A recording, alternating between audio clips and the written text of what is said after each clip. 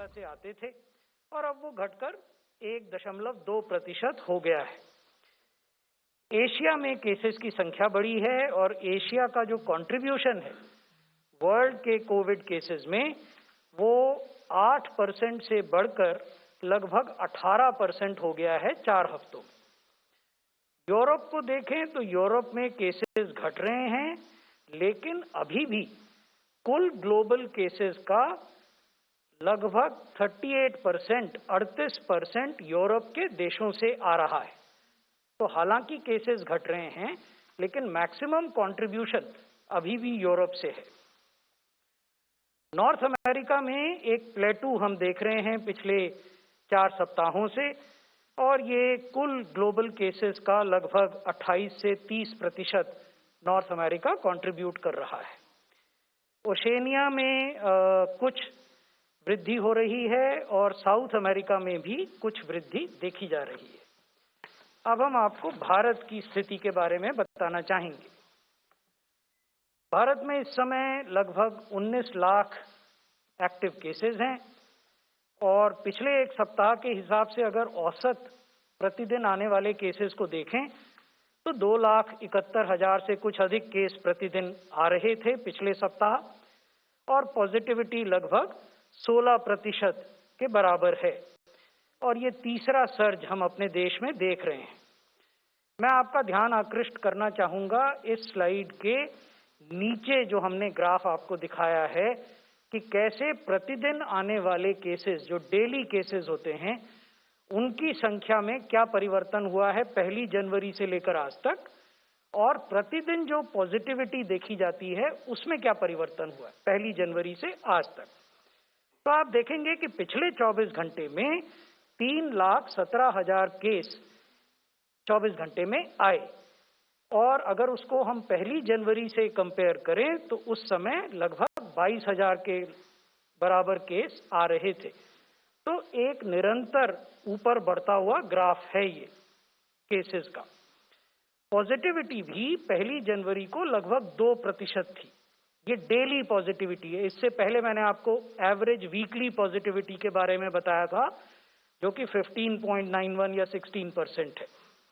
Daily positivity अगर आप देखें तो ये 2% से बढ़कर अभी लगभग 16%, 16.41 is the positivity which has been registered in the last 24 hours.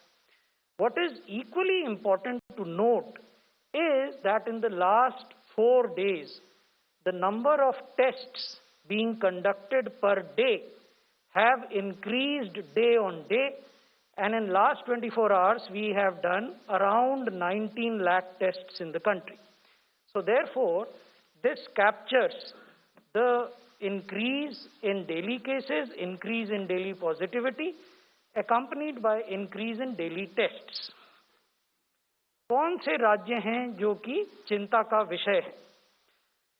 Maharashtra में जो वीकली पॉजिटिविटी है, जैसा हमने ऊपर दिखाया है, ये लगभग 2% से बढ़कर अब 22% हो गई है, हुई है। केरल में पॉजिटिविटी 32% है, दिल्ली में 30% है, उत्तर प्रदेश में 6% से कुछ अधिक है, slightly more than 6% in UP. So these are states with whom we are in continuous contact and dialogue, and we are reviewing the situation.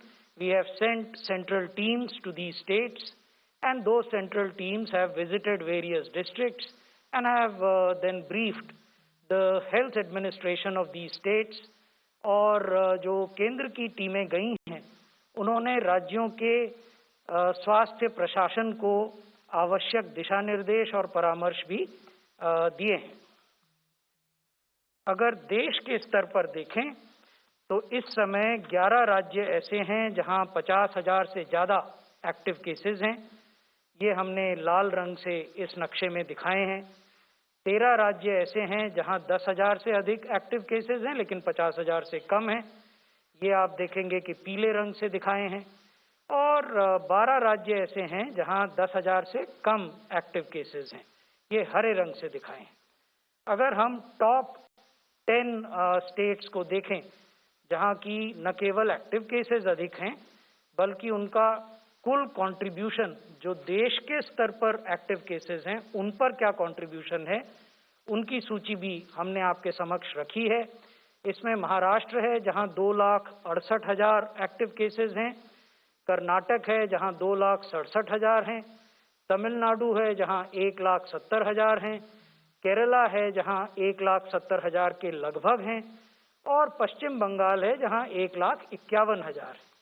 बाकी सब जो राज्य इसमें हमने दिखाए हैं वहां इससे कम केसेस है। अब अगर जिलों के स्तर पर देखें कि पेंडेमिक कैसे बिहेव कर रहा है, तो आप ये पाएंगे कि 12 जनवरी को समाप्त होने वाले सप्ताह में हमारे देश में लगभग 335 जिले ऐसे थे जहां 5% से ज्यादा पॉजिटिविटी थी। अभी 515 जिले ऐसे हैं जहां की 5% से ज्यादा पॉजिटिविटी हो गई है। तो ये भी जो पॉजिटिविटी का बढ़ता हुआ ट्रेंड है, this is in sync with the increasing number of cases.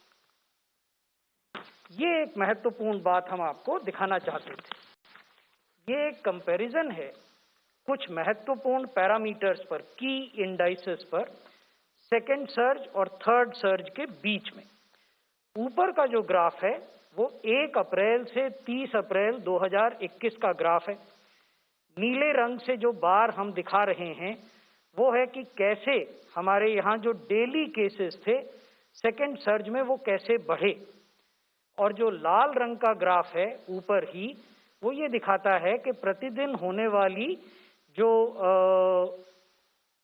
मृत्यु हैं, 7 दिन का जो मूविंग एवरेज होता है वो कितनी हुई। तो आप ये देखेंगे कि जब 3,86,000 केस प्रतिदिन हो रहे थे दूसरी सर्ज में, तो जो मृत्यु थी वो 3,000 के लगभग हो रही थी। उस समय देश में कुल वैक्सीनेटेड लोगों का प्रतिशत 2% था। Only 2% of people in our country were vaccinated during that period of 1st of April to 30th of April, and while we had almost 4 lakh new cases, the number of deaths which were happening on a daily basis were more than 3,000. Now let us see what is happening today. आज हमारे देश में क्या हो रहा है। 1 जनवरी से 20 जनवरी के बीच के केसेस और मृत्यु का ग्राफ हम आपको दिखा रहे हैं। आप इसमें देखेंगे कि केसेस 3,17,532 हैं, जबकि जो मृत्यु हो रही हैं वो 380 हैं। और इस समय जो प्रपोर्शन है, जो अनुपात है लोगों का जो वैक्सीनेट हो गए पूरी तरह से, वो 72%। तो 2 बड़ी चीज इस कंपैरिजन से उभर कर आती हैं। एक ये कि दूसरी सर्ज की तुलना में तीसरी सर्ज में एक्टिव केसेस के मुकाबले होने वाली मृत्यु बहुत सिग्निफिकेंटली घट गई है। और दूसरा, दूसरी सर्ज की तुलना में तीसरी सर्ज में जो वैक्सीनेटेड आबादी है वो सिग्निफिकेंटली बढ़ गई है, 2% से बढ़कर 72% हो गई है। तो हम ये बताना चाहते हैं कि वैक्सीनेशन का प्रभाव होता है। फुली वैक्सीनेटेड लोगों में जो डिजीज है वो माइल्ड या मॉडरेट लेवल तक सीमित रहती है। इसलिए ये आवश्यक है कि जिन लोगों ने अभी अपना वैक्सीनेशन नहीं कराया वो कराएं। पहली डोज जिन्होंने नहीं ली उसे लें, जिन्होंने दूसरी नहीं ली उसे लें। जो नए आयु वर्ग वैक्सीनेशन के लिए प्रारंभ हुए हैं उसमें भी लोग आगे आएं, वो हम आपको दिखाएंगे कि कैसे उसमें प्रोग्रेस हुई है। और जिनको प्रिकॉशन डोज लेनी है वो भी आगे आएं। अब यही चीज हम दिल्ली के स्तर पर आपको दिखा रहे हैं। दिल्ली में क्या हुआ सेकेंड सर्ज और थर्ड सर्ज में। ऊपर का जो ग्राफ है वो है सेकेंड सर्ज का ग्राफ। ये आप देखेंगे कि 1 अप्रैल से लेकर 31 मई 2021 का ग्राफ है। 1 अप्रैल से लेकर 31 मई 2021 में दिल्ली में पॉजिटिविटी रेट कैसे बढ़ा वो नीली ग्राफ है। The blue graph denotes how positivity in Delhi reached a peak and then declined towards end of May. In Delhi, reached a peak and then declined towards end of May. And the red graph is the COVID beds which were occupied. You will see that the bed occupancy remained significantly high from 1st of April to almost 20th of May. अब हम आपको नीचे के graph की ओर ले जाते हैं। ये तीसरे सर्ज का ग्राफ है जो अभी दिल्ली में हम देख रहे हैं। इसमें जो नीले रंग का ग्राफ है ये पॉजिटिविटी रेट है, जो आप देखेंगे कि तेजी से ऊपर की ओर बढ़ रहा है। जो लाल रंग का ग्राफ है वो कोविड बेड्स जो ऑक्यूपाई हैं दिल्ली में, वो उसका ग्राफ है। तो ये हमें क्या दिखाता है? ये हमें ये दिखाता है कि दूसरी सर्ज की तुलना में दिल्ली में तीसरी सर्ज के दौरान जो लोग अस्पतालों में भर्ती हो रहे हैं या जिनको अस्पताल में बेड की आवश्यकता पड़ रही है, उनका नंबर बहुत कम है, सिग्निफिकेंटली लोअर। कितना कम है वो हम आगे की स्लाइड में आपको दिखाएंगे। अब कुछ जानकारी हम आपको क्लिनिकल पैरामीटर्स के बारे में भी देना चाहेंगे। वर्तमान सर्ज में, करंट सर्ज जो अभी चल रही है दिल्ली में, हमने ये पाया कि जो एडल्ट पेशेंट्स हैं, 18 बरस से ऊपर वाले लोग जो अस्पताल में भर्ती हैं, उनमें 99% पेशेंट्स ऐसे हैं जिनके पास कॉमन सिम्टम्स हैं बुखार के। कुछ ऐसे भी हैं जिनको कपकपी आ रही है, विद और विदाउट रिगर, बुखार कपकपी के साथ या बिना कपकपी के साथ। खांसी है, कफ, इरिटेशन इन द थ्रोट, गले में खराश।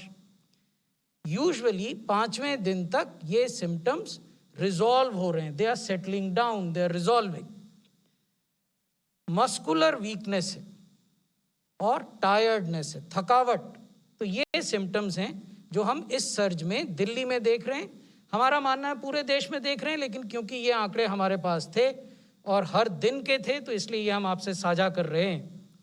अब अगर बच्चों को देखें, पीडियाट्रिक पेशेंट्स, ऐसे बच्चे जो कि इस सर्ज में कोविड से प्रभावित हुए और दिल्ली के अस्पतालों में भर्ती हुए, वहाँ हमने देखा कि 11 से 18 बरस के लोगों में फीवर कॉमन सिम्टम है और अपर रेस्पिरेटरी ट्रैक्ट का इन्फेक्शन, यानी इन्फेक्शन लंग्स में या फेफड़ों में नहीं जा रहा है। इन बच्चों के केस में दिल्ली में हमने ये पाया।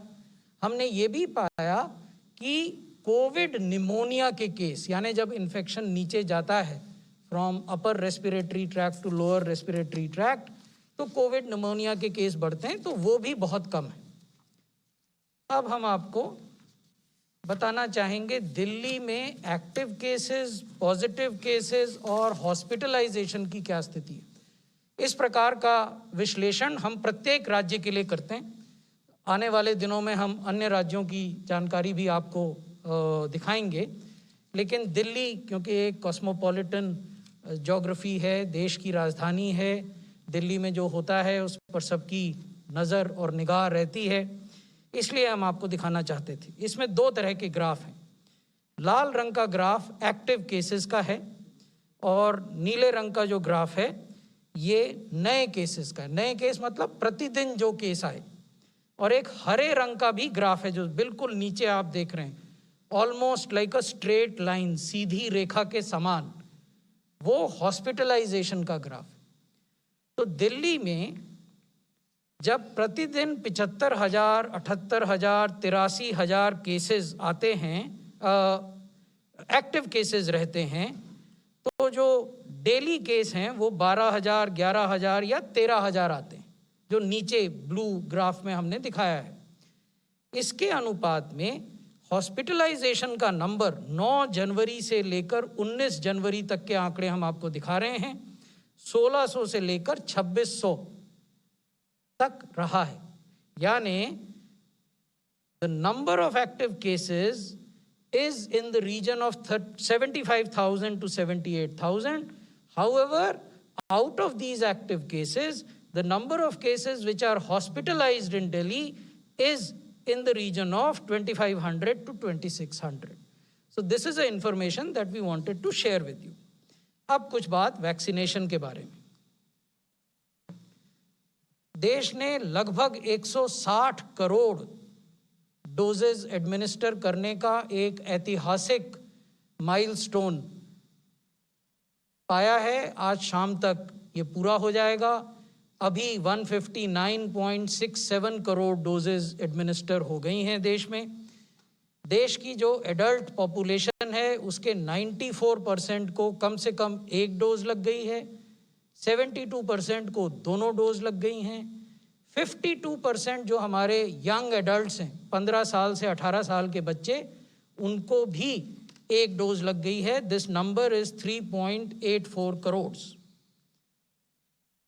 ये वो राज्य हैं जिन्होंने कि 18 साल से ऊपर की पॉपुलेशन में या तो पहली डोज का 100% कवरेज कर लिया है 100%, या देश के एवरेज से अधिक कवरेज किया है। देश का एवरेज जैसा मैंने आपको बताया 94% है, और अनेक राज्य ऐसे हैं जिनके हमने नाम दिए हैं जिन्होंने उससे ज़्यादा कवरेज किया है। ये दूसरी डोज का कवरेज है। इसमें 21 राज्य ऐसे हैं जिन्होंने नेशनल एवरेज से अधिक सेकेंड डोज कवरेज किया है, और 4 राज्य ऐसे हैं जिन्होंने 100% कवरेज किया है।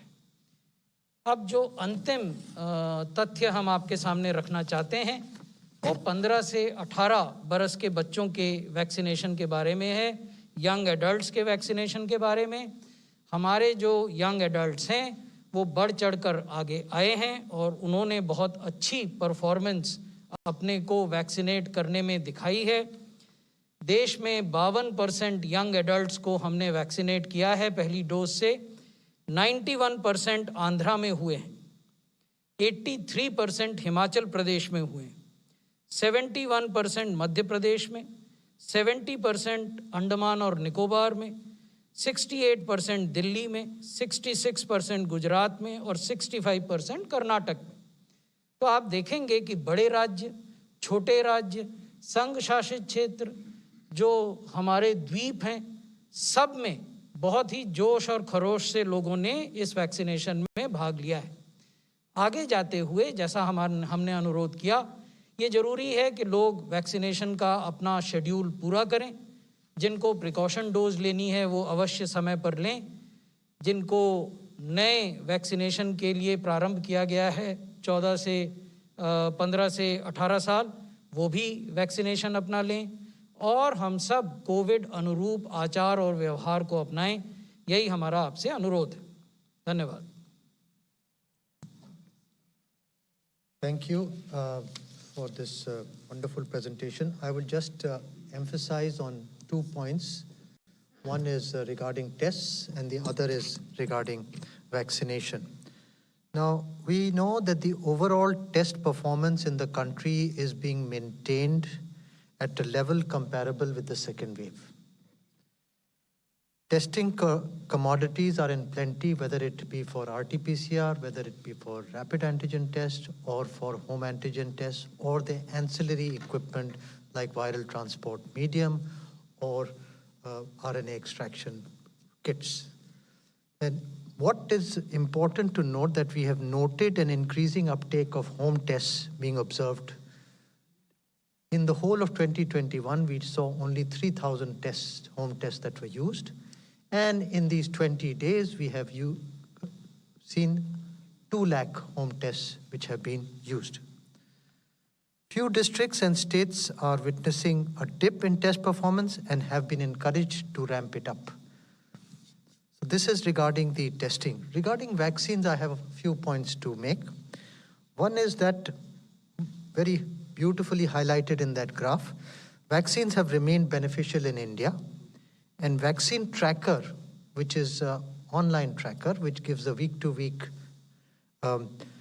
shows the benefit of its ability to reduce deaths considerably among vaccinated compared to unvaccinated. So deaths is considerably reduced, and you can see it week by week over the last few months, which is available online in a real-time sense. The current surge in India is not, and I emphasize, is not witnessing an increase in severe illness and deaths following high vaccination uptake. So that was beautifully illustrated in that graph. Because of high vaccination uptake, we are not witnessing that much severe disease and death. However, we have to remember one point. Those with comorbidities should monitor their health and avoid complications. So this is regarding vaccination. To summarize, vaccines prevent death and therefore is a must. Having said that, all serious disease and deaths are very low in this wave because of the very high vaccination uptake in the country, which is 94% of first dose in adults and 72% full dose in adults. Dr. Balram Bhargav, DG ICMR, was just talking about the status in the country with regards to how vaccination has helped and how in this wave severe illness has not been witnessed. Prior to him, of course, we had the Health Secretary giving us a lot of details on the status of the COVID cases in the country. Let's take a quick break here. News and updates continue on the other side. Stay with us.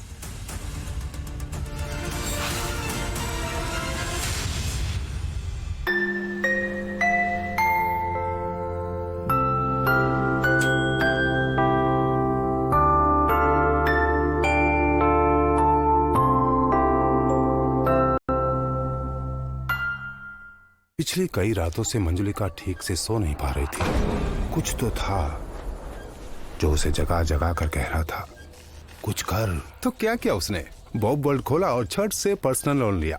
Nikita की शादी के लिए designer lehenga जो लेना था। A bank that lives in your world. Bob World from Bank of Baroda. OLX auto से देता है आपकी कार का बेस्ट प्राइस। सुनीता, सुना तुमने ये क्या बोल रहे हैं? यही कि OLX ऑटोज देता है आपकी कार का बेस्ट प्राइस। ये प्राइस ही नहीं, सरप्राइज है। Visit olxautos.in। क्यों ना हम शादी कर लें? शादी? I love you very much, but I think we are on level 2.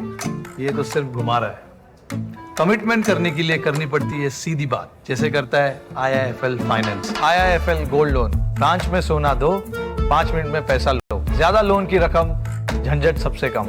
IIFL finance, सीधी बात। He's worried about data security.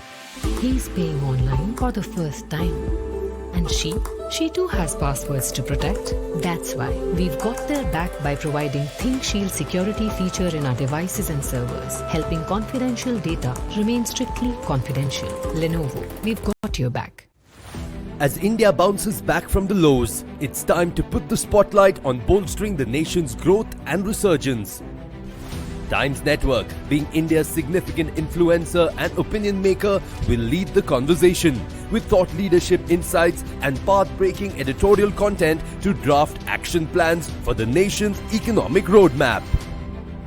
Times Network India Growth Mission Dialogue, a special initiative featuring one-on-one chats with leading voices and the sharpest minds to bring together the best ideas to stimulate and secure India's growth trajectory. It's time to fast-track growth and shape a better normal for India. It's time for India Growth Mission Dialogue. Presenting partner, Punjab National Bank. सारे germs absent. Yes teacher. Perfect attendance. नीम की शक्ति वाला निमाइल हटाए 100 बीमारी फैलाने वाले germs. निमाइल घर, शुद्ध घर। 16 जनवरी 2021 शुरू हुई दुनिया की सबसे बड़ी वैक्सीनेशन ड्राइव और इंडिया ने कोविड को दिया मुंह तोड़ जवाब। केवल 10 महीनों में पूरे किए 100 करोड़ डोजेस और खड़ी की एक ऐसी मिसाल जिसे दुनिया देखती रह गई। कहां से आया इतना जबरदस्त प्रोडक्शन और सप्लाई चेन सिस्टम? कैसे कर दिया इंडिया ने यह कमाल? अगर आप देखें तो 1950s में किए गए एक एक्सपेरिमेंट की कहानी में इन सारे सवालों के जवाब छिपे। जानिए ये और ऐसी बहुत सी कहानियां जिन्होंने इंडिया को दी एक नई राह, एक नई दिशा। कहानी नव भारत की जल्द आ रहा है सिर्फ टाइम्स नाउ नव भारत पर।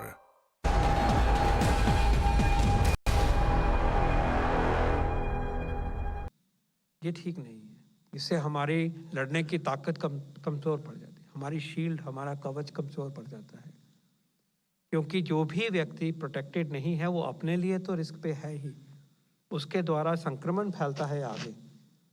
वो एक सामाजिक कमी भी आ जाती है। तो आज हम सब की तरफ से ये विनती है कि जैसे हम इस फेज़ में ओमिक्रॉन ड्रिवन थर्ड सर्ज का मुकाबला कर रहे हैं, चारों ओर से इस मुकाबले में जुड़े हुए हैं, चाहे वो दवाइयों की बात हो, चाहे इंफ्रास्ट्रक्चर में ऑप्टिमैलिटी की बात हो।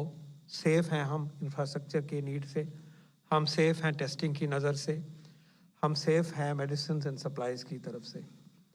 ये करते करते मास्क को अपनाना है, फैमिली को प्रोटेक्ट करना है, फैमिली में जो हमारे सीनियर हैं उनको ख़ास तरह से प्रोटेक्ट करना है, और उस सब में प्रिवेंशन का जो हमारा टूल है, हथियार है, वो वैक्सीनेशन है। उस काम को हमें जिस पैराडाइम में आगे लेके हम सब आए हैं, देश आया है, उसको पूरा करें, उसको परफेक्शन तक लेके आए, यही हमारी विनती है। धन्यवाद। Thank you, sir. We'll now take a few questions. Yeah, 90.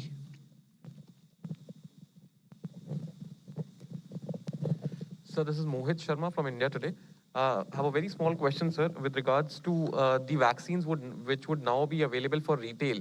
Sir, what exactly would be the procedure, and how would the general public be allowed to take it? Whether it would be available for public, and how would the authorities stop people from hoarding it? So, if you could just give us some idea as to how this would work.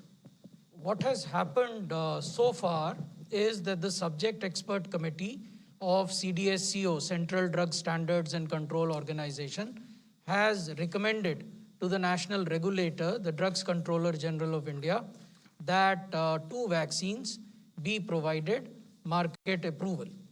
So that is what has happened. A final decision of the national regulator is yet to be taken. So once it is taken, we would again share it with you. Whether that market approval would be with certain specific conditions, that is also in the future, and we would share it with you. Most of your other questions will get answered once that market approval decision is taken by the national regulator. Number 11. Sir, when do we expect vaccination for children below the age of 15? You see, throughout from 16th of January till date, the vaccination has started and has been rolled out based on scientific evidence and based on the assumption of protecting the most vulnerable people. So as the scientific evidence evolves, we would be expanding the coverage of the national COVID vaccination program. इस मंच से ये बात पहले भी share की गई है। बिल्कुल जैसे जैसे प्रोग्रेस आती गई है वो आपके सामने बताते गए हैं, और जैसे सेक्रेटरी साहब कह रहे हैं कि 12 साल तक वैक्सीनेट करना एक हमारे लिए एक गोल कह सकते हैं, एक ऑब्जेक्टिव है सामने। और ये फैसले तभी लिए जाते हैं जब साइंटिफिक क्राइटेरिया, साइंटिफिक इंफॉर्मेशन पूरी हो, और पूरी वैक्सीनेशन प्रोग्राम का होलिस्टिक व्यू लेते हुए आगे बढ़ेंगे। तो इसकी तरफ पूरी नज़र है, और जो अभी काम पकड़ा है उसको पूरा करें, उसको अपनाएं, और फिर ये इस फ्रंटियर पे भी काम हो रहा है, सोच का भी, प्रोडक्शन का भी, और साइंटिफिक डिसीजन मेकिंग का भी। 105। सर, पिछले दिनों में केसेस कुछ दिन पहले कम हुए थे, 2,38,000 तक गए थे, अब फिर से बढ़ गए। क्या इसकी वजह क्या है? टेस्टिंग कम हुई थी नई गाइडलाइंस की वजह से, ये आप किस तरह इसको देखते हैं? और दूसरा कि अगर कोई संक्रमित हो गया हो और उसकी प्रिकॉशन डोज लेनी हो, तो अब वो कितना दिन का गैप के बाद वो ले सकता है प्रिकॉशन डोज? देखिए, दोनों तथ्यों के उत्तर पब्लिक डोमेन में उपलब्ध है। तो पहला जो प्रश्न आपका है उसके बारे में मैं आपको ये जानकारी देना चाहूँगा कि या दूसरे प्रश्न से पहले शुरू कर लेते हैं कि अगर कोई संक्रमित हो गया तो गाइडलाइंस हैं, पब्लिक डोमेन में हैं, वो ये कहते हैं कि संक्रमण से रिकवर होने के 3 महीने के बाद आप अपना सेकेंड डोज या प्रिकॉशन डोज ले सकते हैं। तो वो तो अभी भी वही है। जिस दिन वो गाइडलाइन को परिवर्तन करने के लायक साइंटिफिक एविडेंस देश के भीतर का या बाहर का हमारे पास होगा तो उस पर एंटागी निरंतर रूप से national technical advisory group on immunisation विचार करता है और वो एक निर्णय लेते हैं, रिकमेंडेशन करते हैं और उस रिकमेंडेशन पर तब सरकार एक फाइनल डिसीजन लेती है। तो ये तो हुआ आपका अंतराल, यानी सेकेंड डोज का अंतराल या प्रिकॉशन डोज लेने का अंतराल। पहला प्रश्न आपने क्या पूछा था? टेस्टिंग। जो पॉजिटिविटी के आंकड़े हैं या प्रतिदिन आने वाले केसेस के आंकड़े हैं, हालांकि हम उनको हर 24 घंटे मॉनिटर करते हैं, लेकिन पब्लिक हेल्थ रिस्पांस के दृष्टिकोण से 1 या 2 दिन के आंकड़े अपने आप में कोई ट्रेंड नहीं बताते। इसलिए जब हम आपके साथ कोई भी आंकड़ों का विश्लेषण शेयर करते हैं, साझा करते हैं, तो हम आपको 2 हफ्ते 10 दिन के आंकड़े दिखाते हैं ताकि एक ट्रेंड दिखे। अब एक दिन अगर टेस्ट कम हुआ और केसेस कम आए तो अपने आप में उसका कोई सिग्निफिकेंस नहीं है। सिग्निफिकेंस इस बात का है कि 1 सप्ताह या 2 सप्ताह में एक राज्य में, एक संघ शासित क्षेत्र में या देश भर में कैसा बिहेवियर पॉजिटिविटी का रहा, नए केसेस का रहा, एक्टिव केसेस का रहा, उसके आधार पर पब्लिक हेल्थ रिस्पांस निर्धारित होते हैं। 58 सर, आपने दिल्ली का हॉस्पिटलाइजेशन डेटा शेयर किया। Is there a national level data for ICU admissions and also are children ending up in hospital more? There is some anecdotal reporting of children in hospitals, but is that actually some pattern you are seeing at the national level? As I had submitted earlier, in the Union Ministry of Health and Family Welfare, every day at 9:30 in the morning, Dr. Paul, Dr. Bhargav, and a lot of our other colleagues, Dr. Rajesh Gokhale from Department of Biotechnology, Aparna from who's Secretary, Department of Pharmaceutical, people who are heading other scientific institutions, we all gather and we monitor hospitalization data across age groups, across states, across UTs. You would appreciate that in a limited interaction like this, it may not be possible on a single day to share this analysis for all states, but we do have it, and in the coming weeks we would share it with you. Coming to children, we also track this. What I can share with you immediately is the yearly data, because now we have the experience of more than 2.5 years of seeing this pandemic. So if you look at 0 to 19 age group, in 2020 they contributed to 10% of the total cases and 0.96% of total deaths in 2020. In 2021, 0 to 19 years contributed to 11% of the total cases and 0.70% of the total deaths happening because of COVID. So you would see that between 2020 and 2021, there is not much of a difference, either in terms of contribution of this age group 0 to 19 to total cases, or in terms of contribution of this group 0 to 19 to total deaths. Okay, 110. Sir मैं पवन हूँ दैनिक भास्कर से। Sir इधर sir genome sequencing sir हम लोग करते हैं नए variant की पहचान के लिए, और कई जगह से ये सर रिपोर्ट आती है कि 20 दिन 25 दिन तक लग जाते हैं उसकी रिपोर्ट आने में, और जब तक तो ये एटमॉस्फेयर में सर स्प्रेड हो जाता है, तो इसको कम करने के लिए क्या कर रहे हैं सर? देखिए, मैं तो आपको केवल 2 तथ्य बताऊंगा, फिर साइंस के बारे में आपको डॉक्टर पॉल और डॉक्टर भार्गव बताएंगे। पहला तथ्य ये है, हमने देश में अब तक 1,64,000 जीनोम सीक्वेंसिंग किए हैं। ये अपने आप में बहुत बड़ी संख्या है और ये पश्चिम के देशों की तुलना में भी बहुत अच्छी संख्या है। दूसरा, मैं आपको ये बताना चाहूँगा कि दिसंबर के महीने में हमने 16,000 जीनोम सीक्वेंसिंग किए हैं। और अंतिम तथ्य मैं आपको ये बताना चाहूँगा कि genome sequence public health response के दृष्टिकोण से महत्वपूर्ण है। किसी व्यक्ति विशेष को अगर कोविड पॉजिटिव वो है, उसके जीनोम सीक्वेंस ओमिक्रॉन है कि कोई और वेरिएंट है, उससे उसको कोई विशेष लाभ नहीं है। क्योंकि टेस्टिंग प्रक्रिया वही रहती है, ट्रीटमेंट की प्रक्रिया वही रहती है। तो जीनोम सीक्वेंसिंग का लाभ कैसे हम पब्लिक हेल्थ रिस्पॉन्स को मोल्ड करें, उसके लिए ज़्यादा है। डॉक्टर पॉल उसका जो साइंटिफिक बैकग्राउंड है वो बताना चाहेंगे। आपने एम्फेसाइज कर दिया है कि genome sequencing has to be strategic और it has to be based on systematic collection of specimens. किसी स्टेज पे जब ओमिक्रॉन का प्रभाव शुरू हुआ था तो सबसे इम्पॉर्टेंट पार्ट ये था कि जो इंटरनेशनल ट्रैवलर्स आ रहे हैं उस फेज़ में, that narrow couple of weeks window, उनमें किस तरह का प्रभाव था। फिर ये इम्पॉर्टेंट मुद्दा बना धीरे धीरे कि जो फैसिलिटीज़ में दाखिल हो रहे हैं उनमें देखा जाए कि क्या ये ओमिक्रॉन वाले दाखिल हो रहे हैं कि डेल्टा वाले दाखिल हो रहे हैं। और आपको पहले भी विदित होगा कि एक जनरल फेज एक चली हुई थी, तो हमने 269 सेंटिनल सेंटर्स इस्टेब्लिश किए हैं विच आर स्टिल फंक्शनिंग, कि देश में किस तरह का प्रभाव चल रहा है।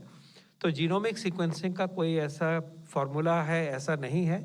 अभी भी जहाँ तक हमें ज्ञात है दुनिया में शायद हम नंबर 2 पोजीशन पे हैं जीनोमिक सीक्वेंसिंग की। और जैसे आपने देखा कि जैसे जैसे स्टोरी अनफोल्ड हुई है, it was very much driven by science that came out of the INSACOG work, working through over 30, almost 30 national laboratories. So we are doing well on this, and it is a tool for public health response, number one. Number two, it is a tool for scientific understanding of the behavior of the virus. And number three, it from there leads us to finding solutions such as possibility of new diagnostics, new vaccines, efficacy of vaccines, and so on and so forth. Thank you. 116. Sir Nitin DD news से। Sir आपने break through दिया कि कितने percentage vaccination हुआ किस age group में, तो precaution dose की बात करेंगे तो 10 तारीख के बाद health care worker, frontline worker और 60 साल से ऊपर जो कोमॉर्बिड लोग हैं उनको कितने परसेंट अब तक वैक्सीनेशन हो चुका है? वो देखिए, जब हमने प्रिकॉशन डोज के लिए गाइडलाइंस जारी किए थे तो हमने ये कहा था कि ऐसे हेल्थ केयर वर्कर, ऐसे फ्रंटलाइन वर्कर और 60 साल से अधिक के ऐसे कोमॉर्बिड लोग जिनको सेकंड डोज लिए हुए 9 महीने या 39 वीक्स हो गए हैं, उनको प्रिकॉशन डोज दिया जा सकता है। तो जैसे हम केसेस का और पॉजिटिविटी का दैनिक विश्लेषण या एनालिसिस करते हैं, वैसे ही हम इस तथ्य का भी दैनिक विश्लेषण करते हैं। तो हमने ये पाया कि 20 जनवरी को अगर इन शर्तों को हम देखें कि आपके सेकंड डोज के 9 महीने पूरे हो गए हों, तो 20 जनवरी को ऐसे लगभग 35 लाख हेल्थ केयर वर्कर थे जो प्रिकॉशन डोज के लिए ड्यू हो गए थे, और इनमें से 63% को प्रिकॉशन डोज मिल गया है, लगभग 22,66,000 लोगों को। उसी प्रकार 20 जनवरी को ऐसे 33 लाख फ्रंट लाइन वर्कर थे जो प्रिकॉशन डोज के लिए ड्यू हो गए थे। इनमें से 19,14,000 को प्रिकॉशन डोज मिला है, which is 58%, which means that all the frontline workers who were due for their second dose, 58% of them have already got the precaution dose, and all the healthcare workers who were due for their precaution dose, 63% of them have got the precaution dose. Now coming to people who are 60 plus and comorbid and have taken the advice of their doctor for the precaution dose, that number on 20th of January was 47,81,000, लगभग 48 लाख मानिए। उनमें से 18,66,000 लोगों ने precaution dose लिया है, which is 39%. So we think that given the fact that it is only 10 days since we rolled out precaution dose for these three categories, a coverage of 63%, 58% and 39% is not a bad coverage, although we are constantly engaging with the states to ensure that the uptake increases. Dr. Paul has also told you that it is essential that all of us collectively must motivate people to get the doses for which they are eligible. Okay, 176. 176. Hello sir, मेरा सवाल ये है कि महाराष्ट्र में school खोलने को लेकर फैसला हुआ है 24 तारीख से, और जबकि केसेस बढ़ रहे हैं, आज 3 लाख से ज़्यादा ही केसेस भारत में आए हैं, तो क्या ये सही समय है?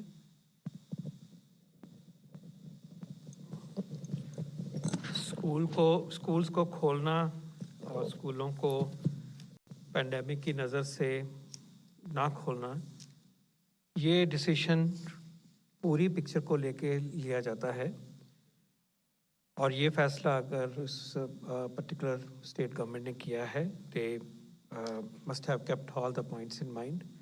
We would not have... All right, you were listening to Dr. V.K. Paul of the Niti Aayog. Prior to that, the Health Secretary also gave a detailed briefing on the status of COVID cases in India and also about the status of vaccination, facts and figures shared by the Health Ministry on India's COVID fight.